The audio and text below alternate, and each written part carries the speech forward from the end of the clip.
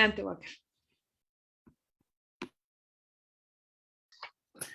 Sí, muchas gracias. Creo que resulta fundamental preguntarnos en qué mundo estamos viviendo. Siempre la pregunta saber quiénes somos nos ayuda a poder responder cuáles son las experiencias y las vivencias que nosotros estamos experimentando. Y algo que hay que tener claro y que tiene que ver con lo que se apuntaba desde el inicio, y reconociendo que la biología no es un discurso científico, también occidental, colonial, que está atravesado por relaciones de poder, que son ciertos cuerpos y ciertas subjetividades, ciertas instituciones que tienen la validez, ¿no? Que están dentro de la colonialidad del saber, que tienen la legitimidad para hablar en nombre de y nombrar a quién, ¿no? Y nombrar al otro, definir al otro.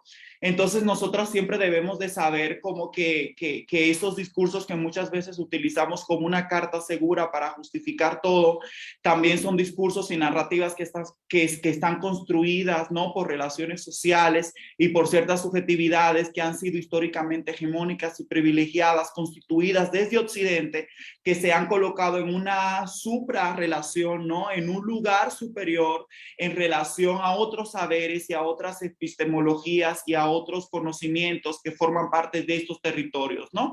Y eso es fundamental entenderlo. ¿Por qué digo esto? Y claro, toda esta lógica supercientífica profundamente colonial que hegemoniza una biología que dice esto es real y todo lo demás es una ficción, es un invento, y a partir de eso ejerce opresión y dominación, sirve justamente para poder justificar todas las violencias que sufren muchísimos cuerpos y vidas que están desbordadas de este régimen colonial heterosexista, ¿no? Y eso es fundamental, y que se funda en esta lógica súper mecanicista, súper cartesiana, súper binaria del mundo, ¿no? Donde la naturaleza ocupa un lugar inferior y donde la cultura ocupa otro, y esa cultura generalmente es una cultura blanca, ilustrada, occidental, científica, universitaria y académica.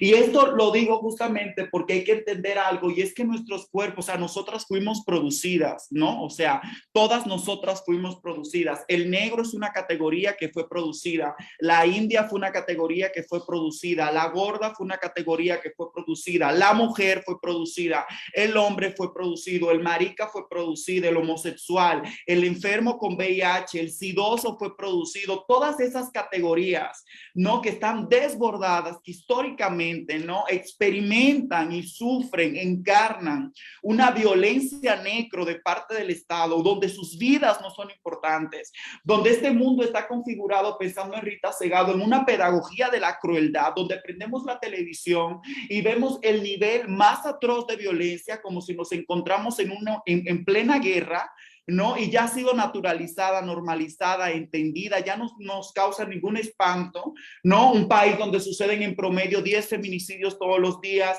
más de 90,000 personas desaparecidas, se cometen crímenes de lesa humanidad, la tortura es generalizada, ¿no? Toda esta situación que ya ha sido súper asimilada y ha sido súper normalizada es un mecanismo para entender que las carnes y los cuerpos que caen en la primera línea no son precisamente los cuerpos hegemónicos, blancos, con capital en el mundo, porque eso también lo quiero aclarar. No me estoy refiriendo a gente blanca y punto por la epidermis, ¿no? Que tú físicamente ves una persona y diga que es blanca. Me estoy refiriendo a esos sujetos que forman parte de la dueñidad del mundo, ¿no? Que se benefician de los regímenes de opresión.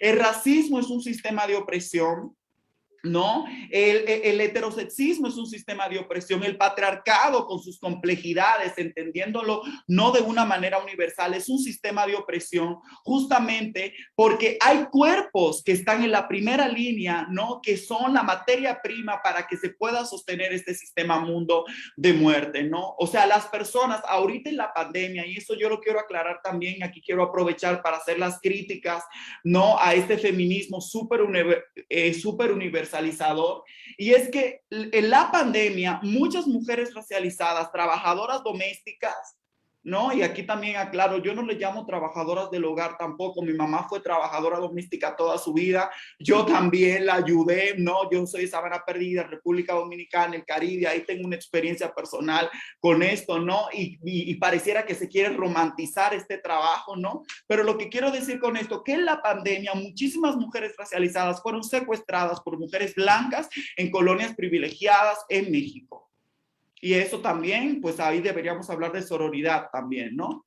Entonces, aquí hay una clase y aquí me quiero meter un poquito con esto que preguntabas, Ver, en relación como, ¿por qué hay que abandonar el feminismo?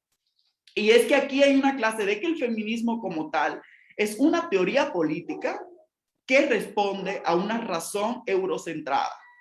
Es una razón eurocentrada porque el feminismo ha insistido, y claro, con esto, con las salvedades, Valeria lo mencionó, hay muchos feminismos, ¿no? Y reconocemos, muchas de nuestras maestras son mujeres feministas, Ochi Curiel, Yuderquis Espinosa, Aura Cumes, o sea, muchísimas mujeres chingoncísimas, extraordinarias, que siguen resistiendo dentro de esta narrativa, ¿no? Hay muchos feminismos, el feminismo decolonial, comunitario, etcétera. Sin embargo, nosotras desde Afrontera venimos pensando de que el feminismo, para que el feminismo pueda existir, hay que insistir en la humanidad. O sea, no se puede ser feminista si no aspiras a ser humana, porque el feminismo constantemente es un feminismo que tiene una agenda, que es una agenda de la vindicación y que es una agenda de la igualdad y que es una agenda de la paridad. Pero esa igualdad y esa paridad es dentro de este error del mundo que es la colonialidad, el capitalismo, este mundo horrible, ¿no? Donde hay 1% más rico del planeta que tiene más riquezas que el resto del 99%. No, es un feminismo que aspira, yo quiero ser igual, yo quiero estar en el ejército, y eso también lo mencionaba Natalia, ¿no? La primera policía trans, la primera mujer ministra, y que son personas, están los ejemplos, ¿no? Están los ejemplos de mujeres, y no solamente mujeres, sino personas negras racializadas, como Condoleezza Rice de los Estados Unidos, y no hay cuerpo, o sea, Condoleezza Rice lleva cuerpos y sangre en sus manos como nadie en este planeta.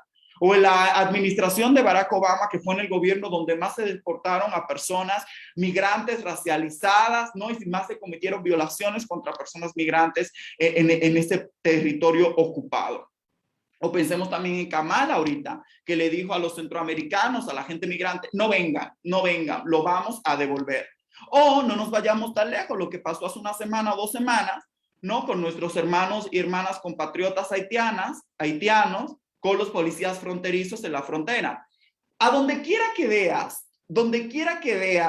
la vida, lo que está en juego aquí es la vida. Por eso me causa muchísimo coraje y en la frontera nos da mucho coraje también que los movimientos sociales, que el antirracismo, que el feminismo estén insistiendo en una discusión que es estéril para ver cuál es la más mujer, cuál es ver cuáles son tus cromosomas, ver qué traes entre las piernas, un discurso profundamente eugenésico, un discurso profundamente violento, no un discurso que viola principios básicos del feminismo, porque también hagamos genealogía de las cosas, y eso lo platicábamos también, ¿no, Valeria? O sea, hagamos genealogía de las cosas. Una de las discusiones más importantes que se tuvo dentro del feminismo en los años 80 y 90 fue la discusión de la autonomía.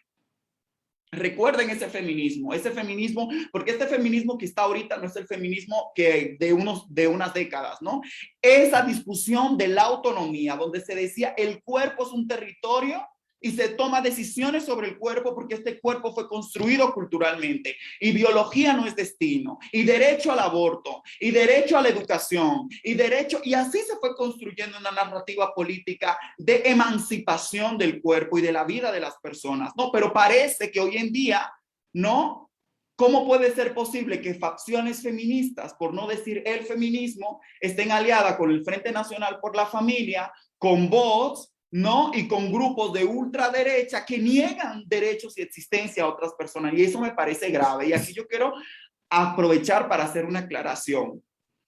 Que hay una clase también, yo creo que el asesinato de las personas no solamente funciona cuando literalmente arrebatas la vida a alguien, o sea, el cuerpo, la materialidad, deja de tener un movimiento, energía, y ya no existe alguien, ¿no? Yo creo que también existe un asesinato de una persona cuando se niega la capacidad de autonomía, de autonombramiento, de conocer su contexto y de construirte desde una identidad no determinada. O sea, cuando una compañera trans, cuando un compañero trans, cuando un compañero no binario, no, cuando una marica travesti, yo soy una marica travesti, no, yo me corrí, ya ahorita les cuento eso, pero el punto es que cuando una persona no te dice quién eres tú, desde dónde te estás pensando, cuál es el conocimiento que te está atravesando, qué conocimiento estás produciendo, ¿no? Cómo tú estás descolonizando tu propio cuerpo, tu propia experiencia, ¿no? Tu propia vida, y que venga otro colectivo y otro grupo de personas a decir lo que tú puedes hacer y lo que tú no puedes hacer. Eso a mí me parece grave. Eso a mí me parece profundamente de derecha, eso me parece a mí profundamente fascista. Esto es propio de los movimientos fascistas. Y eso es lo mismo que ha hecho el Papa y la Iglesia Católica toda su vida y todas las instituciones de poder. Darte la Biblia, los 10 mandamientos y decirte qué tienes que hacer y qué no tienes que hacer, dónde te tienes que poner y dónde sí te, etcétera, ¿no? Y eso me parece profundamente grave. Entonces, en esa relación y aunándolo con el punto inicial que hablaba, diciendo de que todas somos producidas, nosotras, así como criticamos, ¿no? Y decimos, no hay una biología dada, científica determinada, sino que es un discurso colonial, y este cuerpo fue nombrado, ¿no? Política y culturalmente. Nosotras creemos también que nuestras propias identidades, yo soy una persona afrodescendiente, negra, caribeña, marica y travesti, pero no fue que yo nací negra, a mí me nombraron negra, y quien me nombró negra fue el colono y todos sus colonos descendientes, ¿no? Entonces, eso es una categoría que se puede disputar, ¿no? Yo puedo decir, ¿sabes qué? Reivindico la injuria, me llamaste maricón, me llamo yo misma maricón, me llamaste travesti, me llamo yo misma travesti, me llamaste negra, me llamo yo misma negra, y desde aquí construyo una colectividad, una solidaridad, construyo puentes con otras compañeras, compañeros que vivimos en estas geolocalizaciones culturales históricas para resistir desde aquí. Pero lo que yo quiero decir con esto es que tampoco esto es esencial, no es que yo soy esencialmente negra, no es que yo soy naturalmente negra, no, sino que eso es un producto colonial también. Y debemos de reconocer que la construcción de nuestras identidades como desbordadas, como identidades insoportables ante esta colonialidad, no son la contracara que posibilita la definición de la blanquitud. O sea, para que haya un sujeto blanco, hegemónico, heterosexual, con capital, incluyendo también a una sujeta, a una mujer blanca, hegemónica, con capital, heterosexual, Hillary Clinton, si le quieren poner un nombre, Angela Merkel, muchísimas otras, no tenemos que irnos a esas personalidades en muchas colonias de este país, Lomas de Chapultepec, Polanco, etcétera. Vamos a encontrar también sujetos y sujetas hegemónicas que posibilitan el futurismo reproductivo y la heterosexualidad como régimen político, para que esas identidades centrales e importantes, ¿no?, existan, donde esas vidas sí importan, ¿no? Y donde las instituciones le sirven a esas subjetividades hegemónicas. Para que existan, debemos de existir nosotras, porque nosotras somos justamente ese borde, esa frontera, esas líneas indeseables, ¿no?, que fundan los estados nacionales. O sea, para que haya un estado-nación, para que haya un estado-nación, un estado con todas sus instituciones, tiene que haber una frontera. Y las fronteras, ustedes se dan cuenta, siempre hay violencia. En la frontera siempre hay dolor. La frontera, en palabras de Gloria Anzaldúa, es una herida colonial. Y muchas de nosotras estamos habitando esas heridas coloniales y esas fronteras, ¿no? Y para que la gente pueda entender, ¿no?, que esa vida es importante y esa vida es central, nosotras estamos resistiendo en esas orillas, ¿no? Entonces, con esto lo que quiero decir es que tampoco nuestras identidades son biológicas ni son esenciales, ¿eh?, que yo me siento y que me sale del alma. Esto es político, históricamente construido, y venimos de un dolor. O sea, es que esto es un dolor. O sea, recordar cada día, pararte todos los días, ¿no? Ocupar tu cuerpo, ocupar la calle, ocupar el discurso, porque estamos en disputa total. Y la violencia, no hay ningún espacio seguro. Eso es mentira también.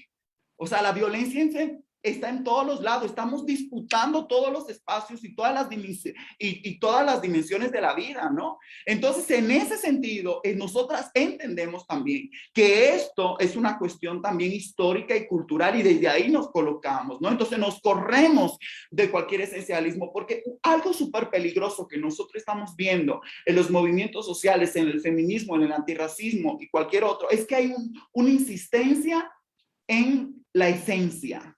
Pareciera que viene algo de la naturaleza y se te da. Y no estamos entendiendo la complejidad de la construcción de nuestro cuerpo porque nosotras somos producto del poder, ¿no? Pensando en Foucault. Nosotras somos producidas por el poder. O sea, la identidad nacional del mexicano, la dominicana, el estadounidense, ¿no? Que posibilite el pasaporte, el ciudadano, el ilegal, ¿no?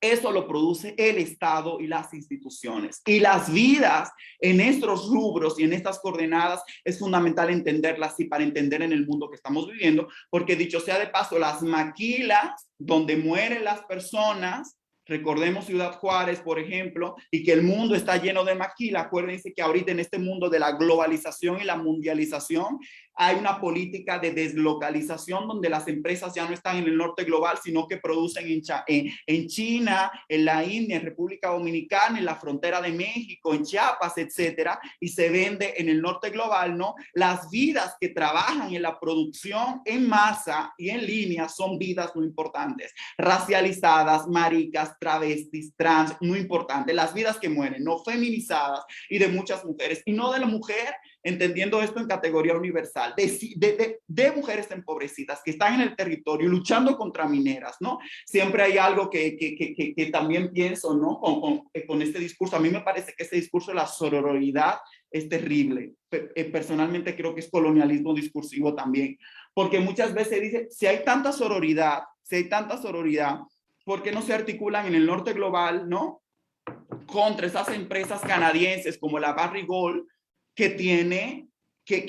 ha hecho un extractivismo en el territorio dominicano, el minas de manera impresionante, ¿no? Entonces, en vez de hablar de que no hay una opresión universal y que nos une a todos, es nuestro hecho de ser mujer, ¿por qué no están peleando contra la minera y el capital, ¿no? Que lleva máquinas, despoja pueblos, seca ríos, literalmente. En República Dominicana hay pueblos que antes tenían el río y de ahí era donde se alimentaba y se sostenía la comunidad y ya no lo tienen porque se puso una empresa privada, extractivista, etcétera, ¿no? Porque recuerden, la colonialidad y el colonialismo no es un tema del pasado, es un tema permanente que está todos los días y no es un tema solamente que el extractivismo pasa por el hecho de robar la tierra y territorio, sino también con esto que también apuntábamos desde el inicio, con el extractivismo epistémico, el conocimiento. Y aquí yo le pregunto a Natalia, ¿no? Por ejemplo, a Valeria, a Ichel, no sé cuántas veces se han acercado instituciones académicas a hacer etnografía,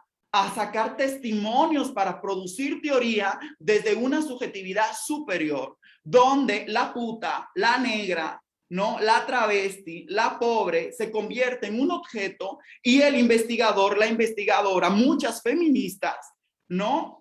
En el sujeto de conocimiento. Entonces está esta relación dicotómica donde hay un objeto y hay un sujeto, que el sujeto tiene agencia, capacidad de alejarse de la realidad y poder observar el fenómeno, no el objeto, ¿no? Y eso me parece a mí profundamente violento. El último punto que quiero hacer, yo sé que el tiempo es limitado, yo quería decir muchas cosas, pero lo último que quiero decir es que yo creo que la identidad no puede ser el eje articulador de nuestros movimientos sociales. Eso me parece terrible porque ahí caemos reterritorializadas, pensando justamente pensando en esta lógica, ¿no? De Deleuze y Guattari, ¿no?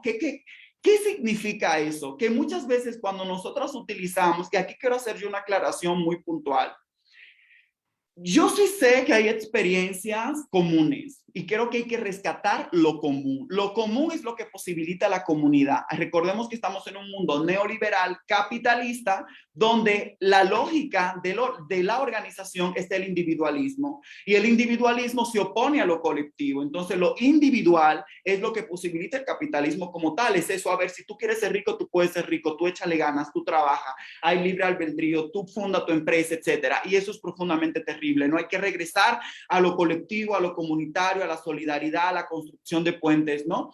Pero lo que está sucediendo ahorita, y yo aquí quiero hacer esta nota antes de hacer esta crítica a la identidad, es que yo sí entiendo aquí que nosotras podemos tener experiencias comunes y creo que hay que rescatar lo común, ¿no? Decir, por ejemplo, qué significa, Natalia, vivir en un barrio de la periferia, tú en tu construcción, en tu encuentro contigo mismo, ¿no? Y yo te platico, pues fíjate, yo vengo de Sabana Perdida, República Dominicana, y aquí yo lo viví así. Valeria también tendrá otras experiencias, Chel también tendrá otras, ¿no? Y ahí podemos ir, ¿no?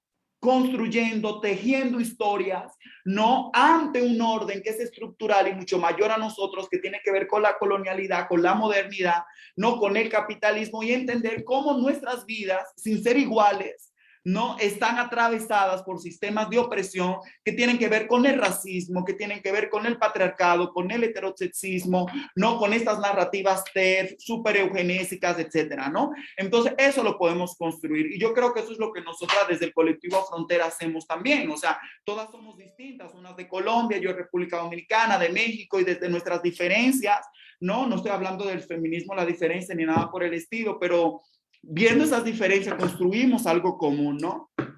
Sin embargo, a mí me preocupa profundamente que nuestros movimientos políticos se estén articulando desde una perspectiva de la identidad, como si las identidades fueran homogéneas y únicas. O sea, hablan de la negritud como si fuera una negritud, ¿no? Como que todas las personas son iguales. Incluso creo que hay un colonialismo de un discurso antirracista del norte global, donde aquí el racismo en el sur global, en México, en República Dominicana, funciona de una manera distinta a la lógica segregacionista de los Estados Unidos, solo por mencionar un ejemplo, ¿no? Entonces muchas veces nos movilizamos con esto también, porque ahorita me cancelan, la cancelación es otra herramienta del amo que está de moda en los movimientos